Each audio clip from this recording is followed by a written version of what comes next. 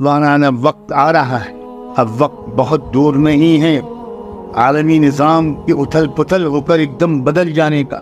اور یاد رکھیے، جب بالکل اوور ہال کیا جاتا ہے کوئی سسٹم تو بھی بہت توڑ پھوڑ بنی، بہت توڑ پھوڑ۔ اس سرجیکل اسٹرائک کے بغیر، سرجیکل آپریشن کے بغیر اب دنیا کے زخموں کا علاج نہیں ہو سکتا۔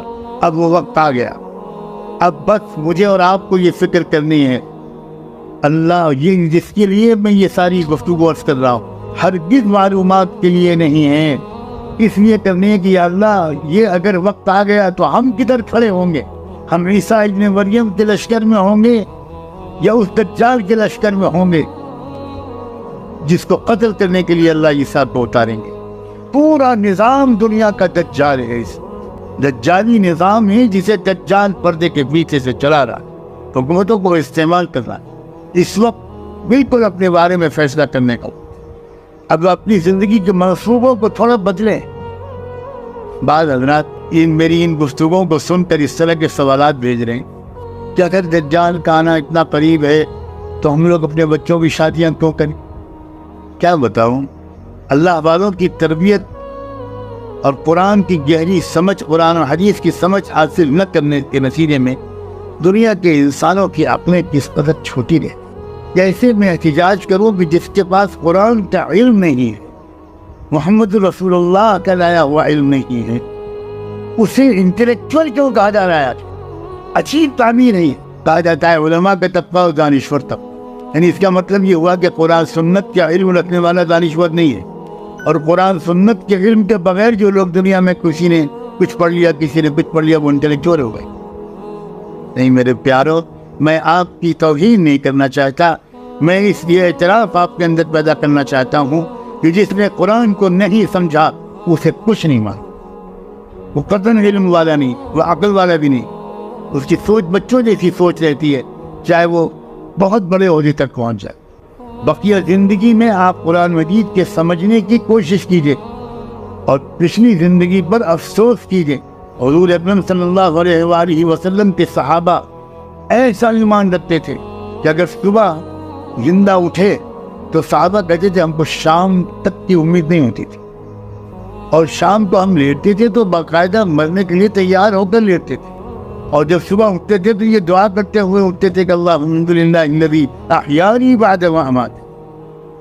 اس کے باوجود وہ شادیاں بھی کرتے تھے، کاروبار بھی کرتے تھے، کھیتی بھی کرتے تھے، حکومت بھی کرتے تھے، عدالتیں بھی چلاتے تھے، سرحدوں کی حفاظت بھی کرتے تھے، سارا نظام چلاتے تھے۔ تو ہمیں اور آپ کو اتنا میچور بننا ہے کہ ہم اپنی زندگی کی ذمہ داریاں ادا کرتے ہوئے قرآن کا علم حاصل کریں، آخرت کی تیاری کریں، حق اور باطل کے آنے والے معرکے کے لیے تیاری۔ یہ ایک مقابلہ ہے، مقابلے کا میدان سج چکا ہے، بس اعلان جنگ آخری باقی ہے کہ شروع کرو۔ تو ہم کو وہ سب کام کرتے رہنا، اپنے بچوں کے ساتھ ہنسنا مسکرانا بھی ہے، اپنی بیویوں کے حق بھی ادا کرنے، واقعی یہ دونوں چیزوں کو ساتھ میں لے کے چلو، ذمہ داریوں کی ادائیگی، دل کا غم، یہی تو چیز ہے جو ایک متوازن شخصیت پیدا کرتی۔ صلاۃ والسلام ہو محمد رسول اللہ پر۔